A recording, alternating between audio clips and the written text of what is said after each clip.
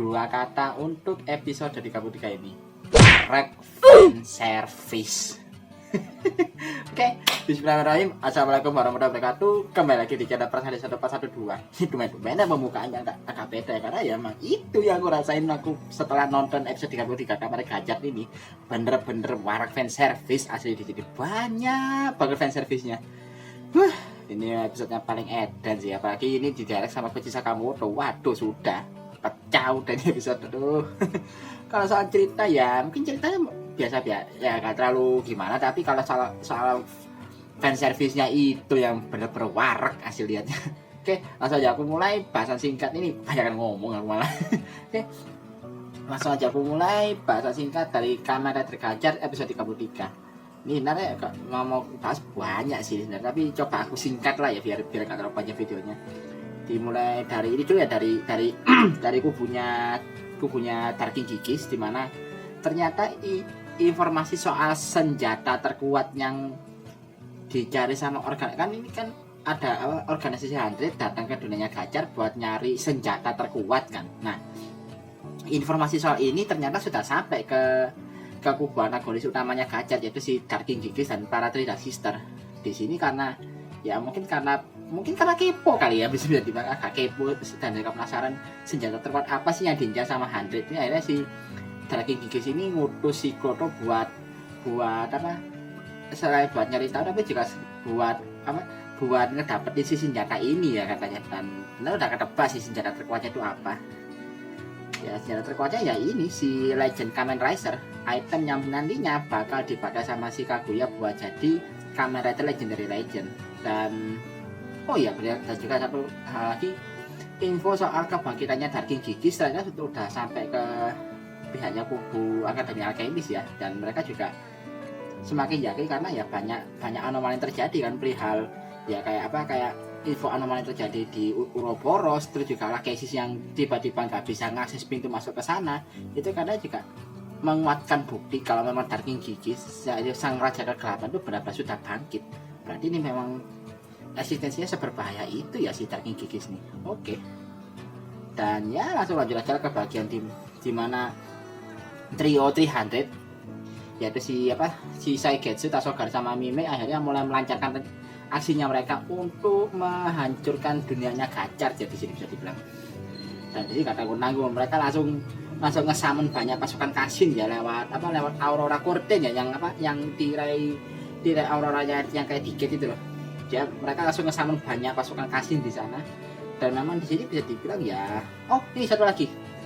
Jadi akhirnya setelah beberapa bulan nunggu terungkap sudah siapa nama antagonis utama yang ada di spin-off-nya Gajah vs Legend yang berubah jadi Kamen Rider Parallax itu. Ternyata namanya adalah Gengetsu. Nah, aku harus nunggu berapa bulan coba cuma buat demi tahu namanya dia siapa. Daripada aku nyebutnya Story kan kayak agak aneh gitu. Ya memang aktornya ada si Robin Furuya adalah pemerannya Storyus di Kamen Rider Cyber. Cuma kalau nyebutnya Storyus itu kayak agak aneh gak sih? Dan akhirnya terjawab sudah siapa nama antagonisnya. Ternyata namanya Gengetsu. Kenapa baru diungkap sekarang gitu? Agak keren juga kenapa baru diungkap sekarang anjir. Dan ya di sini singkatnya ya akhirnya terjadi pertarungan yang bisa dibilang pertarungan 3 lawan 3 ya di sini antara trionya 300 sama trionya Hotaro dan yang lainnya. Dan di sini ya fan service-nya di sini dimulai di sini fan service-nya, di mana si Saigetsu jadi Kamen Rider Darkiva dan dia pasti Henshin jadi Darkiva kan sih. Biasanya kan kalau jadi semua user Darkiva kalau digigit sama Darkiva-nya kan mesti di tangannya kan. Nah, si Saigetsu ini digigitnya di leher. Jadi benar-benar literally digigit vampir. Jadi memang tema benar-benar kayak mana gak secara harfiah lah tema vampirnya. Terus dikasih si Tasogare yang jadi Eternal, kemudian dilanjut sama si Mime jadi Glare. Dan surprisingly di sini mereka benar-benar unggul loh. Yang aku benar-benar gak nyangka itu mereka kan ini kan kekuatan di sini juga diungkap kan kalau ternyata kenapa kok ini menjawab pertanyaan dari kemarin kan, ini mereka kok bisa berubah jadi para Dark Rider ini, kekuatannya dapat dari mana? Katanya sini kalau berdasarkan pengungkapannya Tasogare ya, kekuatannya ini mereka dapatkan dari meminjam kekuatan dari para rider dari dunia yang bersangkutan. Ya konsepnya mirip-mirip Legend sih. Kalau Legend kan dipinjami tapi langsung dalam wujud Credo Chemical card kan. Tapi kalau anggota 100 ini sepertinya langsung ke kekuatannya langsung tanpa perantara ya. Kalau Legend kan perantaranya kan kartu kan. Kalau ini benar-benar langsung kekuatannya gitu. Jadi terjawab mulai dari ya kenapa kok bisa ada kamar Parallax, sepertinya ya teorinya karena ini, karena si Gengetsu ini sepertinya ngambil kekuatannya kamar Parallax dari universe-nya CEO, kayaknya sih gitu. Dan ya kalau soal actionnya mah jangan ditanya sih, bahkan sebelum trio 300 berubah jadi kamar ridernya masing-masing pun loh actionnya juga tetap jempolan. Ya meskipun ada sedikit momen yang cukup lucu sih, karena ada ini kalau satu pas bagian fight-nya Hotaru ya, kalau misalnya cepet dan tepat timingnya buat pas di pause itu sebenarnya si Hotaru di situ itu sebenarnya pakai stuntman loh, jadi bukan aktornya langsung. Ini aku pas tahu ini juga ini itu aku pas pertama kali tahu ya ini sopo anjir, ternyata stuntman. Dan oh ya di sini akhirnya bisa setelah sekian lama ya aku bisa lihat kamar gacha tuh pakai hampir semua variasi form lamanya loh. Bahkan di sini ya yang bener-bener ditunggu-tunggu banget ya, muncul form baru di sini. Form baru ini bukan Fire Gacha Exit Mighty, itu kayaknya minggu depan baru muncul. Dia ini ada variasi lagi, Fire Gacha muncul variasi form baru lagi, yaitu Fire Gacha Unwrestler. Dan wow, ini yang aku maksud kayak gimana ya, aku dulu kepikir gini sih, gimana kalau misalnya Kamen Rider Gacha Unwrestler itu Unwrestler itu dapat versi Fire Gacha-nya, pasti keren kan, karena kan notabene dari segi warnanya kan matching gitu.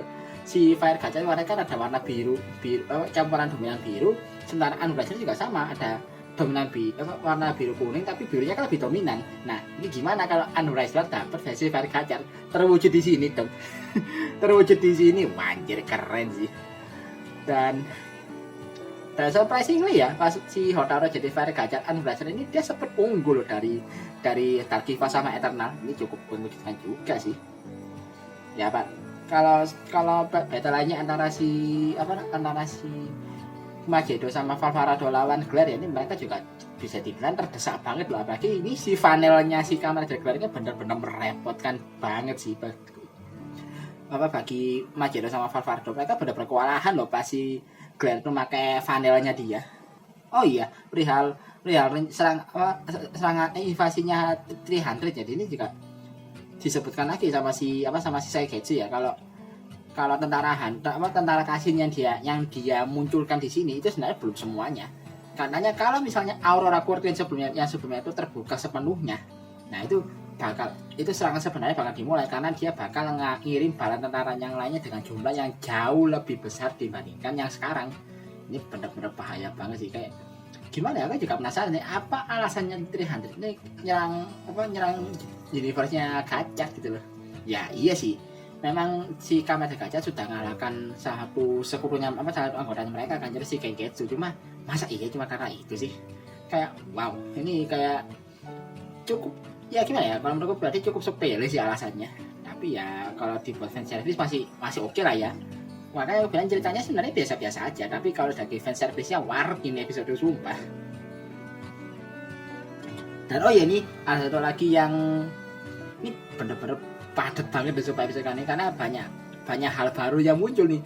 Dan salah satu yang bener-bener aku tunggu-tunggu ya, yaitu soal si Lakesis yang akhirnya jadi Valvarado di sini. Lebih tepatnya katanya namanya ini Repli Valvarado ya. Soalnya kan si Lakesis ini berubah pakai Mad Wheel Repli Chemical kan. Oh ya, ini mohon maaf ya, aku ralat dulu yang kata-kataku yang di toko update episode 3 kemarin itu aku mau ralat dulu. Ternyata di sini ya sebenarnya si Valvarado versi Lakesis ini gak benar-benar plek-ketiplek niru Valvarado versi Spanner ya. Jadi ada beberapa perbedaan sih yang dari segi desainnya ya. Pertama soal bagian tang yang ada di mata kirinya itu warnanya hijau, warna hijau. Terus juga kayak ada semacam ornamen kayak kayu-kayu yang mencuat dari bagian lingkaran armor dadanya Valvarado. Jadi kayak mungkin ini kayak nunjukin ya kayak gimana ya, kayak mungkin biar ada perbedaannya. Kalau si Valvarado biasa kan ya armor dadanya kan bener-bener ya udah kayak lebih simpel kan. Tapi kalau ini kayak ada ornamen kayunya, jadi kayak lebih rumit gitu desainnya. Mungkin ini kayak ya mungkin nyambung sama usernya juga, yaitu si Lakesis kan kalau nggak salah. Ini nggak ada ya, cocok logi aja sih kan dulu Lakesis pernah jadi magam Clover kan. Ya mungkin itu sih kayak itu kayak semacam kayak apa batang-batang tanaman yang mencuat gitu, jadi ya biar ada perbedaannya dikit lah ya dengan Valvarado biasa. Dan di sini surprisingly kuat banget loh. Apa mungkin karena faktornya Lakesisnya dasar homunculus kali ya, makanya kok si Lakesis pas jadi Valvarado ini benar-benar kuat banget gitu, asli kuat banget loh jadi. Dan ini salah satu fan service-nya lagi ya, pas si Lakesis mau teko itu astaga langsung was itu nonton kayak yakin aku pasti mereka yang nonton pada was ini. Ya gimana nggak kayak gitu coba ini ya, gimmick Hensinya gimmick tekonya si Lakesis itu benar-benar wow, fan service-nya mantap sekali. Ya gimana gak mantap sih, apa si Valvarasnya dicium dulu loh, wow. Ini benar-benar oh my god. Ini langsung wah, ini yang notabene nge-waifu si Lakesis pasti klep-klep sih, yakin aku. Aku sempat lihat kemarin ada yang komen pengen jadi Valvarasnya, bisa langsung kan. Sudah kuduga pasti bakal begitu sih. Oh ini juga akhirnya kekuatannya si Commander Glare yang pas dia apa yang dia bisa ngehack lawannya ini muncul lagi di sini. Jadi kayak si Glare ini apa namanya kalau bisa dibilang kayak ngarahkan satu panelnya terus dipasang paksa ke kepalanya si Magedo ya, pas si Magedo jadi form Musel Beres kalau nggak salah. Dan udah si Lakesis coba si Magedonya dikendalikan kan ya sama si Glare. Dan aku jujur pas lagi aku agak khawatir, jadi kan kalau misalnya si Glare mengendalikan Raja Lain kan pasti kan orangnya kepalanya jadi hemat kan, jadi menyesuaikan panelnya si Glare. Dan ini untungnya enggak sih, cuma warna visornya yang warna beda berubah. Ya cuma aneh juga kan kalau misalnya kepalanya jadi kepalanya GM Rider tapi ada pentolan di kepalanya kayak si Magedo kan, ya kocak juga kalau kayak gitu. Dan apalagi ya, ya singkatnya sih ya memang si Magedo yang dikendalikan sama si Glare pun nyerang si Valvarado kan. Dan di sini muncul lagi, dan di sini juga muncul lagi di si Kloto. Ini random banget, jadi Kloto tiba-tiba muncul, tiba-tiba ngerusut di tengah-tengah pertarungannya Magedo dan juga Valvarado lawan Glare. Dan oh ya, dan juga di sini kan akhirnya si Repli Valvarado juga muncul di sini buat bantu si Spanner dan yang lainnya. Tapi tetap kewalahan sih ya, meskipun ya ada perawatannya dikit, cuma dia juga tetap kewalahannya. Apalagi pas si Kloto Rebis muncul itu benar-benar sudah langsung gak berkutik loh. Si Valvarado jadi Repli Valvarado benar-benar kena bantai di sini. Dan uniknya ya, dan juga di sini si Magedo yang lagi dalam kendalinya Glare pas di finishing sama si Kloto langsung waras dia. Dan ya udah di sini kan karena si Glare-nya lengah, udah langsung dia langsung diserang dengan duo kombinasi finishing antara Commander Valvarado dan juga Repli Valvarado. Di sini juga keren sih karena mereka kayak duo Rider Gear gitu lah bisa dibilang ya, antara Spanner sama Lakesis. Dan ini juga menjawab sih fungsi tuas ungu yang ada di Valvarado itu sebenarnya apa? Sepertinya buat kayak tingkatan kekuatan finishingnya kayak pas dia pas digeser ke atas gitu. Terjauh juga sih, soalnya kalau di versi DS nya kan tuh tuasnya cuma dimainin doang tapi nggak ada suaranya kan. Aku makin mikir nih tuasnya buat apa itu, terus ternyata buat ini toh. Dan baru dijawab di sini tuh, ya ampun. Terus apa lagi? Oh iya, dan ini plot twist juga sih menurutku di episode kali ini, karena di sini kan Mime yang kalah telat dia kan sempet kabur kan. Dia belum kabur terlalu jauh, tiba-tiba dia dicegat sama Kamen Rider Zen. Ya, si Zen tiba-tiba muncul dong di sini. Gak tanggung-tanggung loh, langsung muncul sih. Pasti salah satu karakter penting di Project Outsider muncul di sini. Dan udah si Mime yang lagi kondisinya bener-bener udah sempoyongan gara-gara kalah telat, udah kena bantai sama si Zen. Dan wow. Dan di sini juga apalagi di sini Zen juga pakai kekuatan ini, pakai kekuatan Rider Showa ya. Jadi si apa kartunya Kamen Rider Super One langsung, nah udah langsung apa nama langsung modar terus si Mime. Dan aku malah mikir dia apa jangan-jangan memang ceritanya ini bakal nyambung kali ya. Ini enggak ada sih. Memang munculnya Kamen Rider Z ini cuma cameo ya. Cuma aku mikir apa jangan-jangan ini bakal ada tanda-tanda ya kalau Kamen Rider Legend dan juga organisasi 100 ini bakal ada kesinambungannya sama Project Outsider nantinya. Ya mungkin aja kan kalau nanti di Project Outsider mereka bakal memunculkan Legend sama 100. Wah itu kalau memang benar pecah sih masih. Apalagi Project Outsider kan juga bisa dibilang fanservice juga seabrek kan. Dan balik lagi ke kubunya Hotaru. Di sini juga Hotaru kan juga seperti ngasih perlawanan kan, mulai dari dengan semua form yang dia punya, bahkan dia pakai lagi form Iron Gadget loh. Cuma ya perlawanan sekuat apapun akhirnya dia tetap kalah pada akhirnya karena kena finishingnya wake upnya si Dakiva kalau salah ya, langsung kalah itu si Hotaru padahal dia udah pakai Iron Gadget loh. Dan ya di sini juga berkat dukungan dari orang-orang yang ada di sekitarnya ya, akhirnya si Hotaru bisa bangkit lagi dan langsung berubah jadi Platina Gadget. Di sini juga ada finishing juga ada fan service lagi sih, dimana ada adu finishing antara Platina Gadget sama Eternal. Jadi kayak si Eternal kan pakai finishing yang pakai zone memory itu lah, dimana ada semua titik kayak memori nemplok ke badannya dia. Terus si Gadget finishing dengan para kemi yang hanya itu ngitari badannya dia. Jadi kayak wow, ini kalau dari segi visualnya cukup menarik sih. Dan untungnya di sini insert song yang dipakai itu adalah lagu Game Story yang versi collabnya Back On sama Flow. Aku benar-benar bersyukur sih di sini karena lagu yang dipakai tepat gitu. Coba aja ya kalau misalnya ini pas battle kayak gini tiba-tiba lagunya Wacaca Fire, lu bisa ngamuk aku lama-lama kalau kayak gitu. Udah momennya epic, lagunya kayak begini dan udah waduh gak habis pikir aja kalau memang kayak gitu. Untung ya pakai lagu Game Story bukan Wacaca Fire. Untung banget itu jujur aja. Nah ya udah di sini nah di finishing ya kalau dari segi kekuatan jelas jauh lah ya Platina Gadget sama Eternal. Kalau udah Eternal di sini dan akhirnya Sokari juga ikut modar. Dan di sini juga baru aja ya dan setelahnya kan baru aja si Darkiva saya soalnya Darkiva itu mau ngesamen para pasukan kasih yang dia masuk dari aura kordennya sudah terbuka secara sempurna, baru mau muncul tiba-tiba dari aura kordennya ada ledakan. Tiba-tiba ada ledakan besar dan nggak berapa masalahnya muncul sosok yang sudah lama ditunggu-tunggu, yaitu Hoko Kaguya Quartz alias Kamen Rider Legend. Dan kenapa kok tiba-tiba ada ledakan kayak gitu?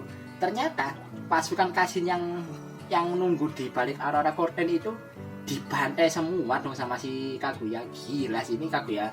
Ini si Legendnya kekuatannya sebesar apa sih? Gila sih. Dan pas si Kaguya berubah jadi Kamen Rider Legend juga ada momen yang cukup kocak sih, dimana si Darkivanya ngomong Honore Legend. Ini mau dibuat kayak ala-ala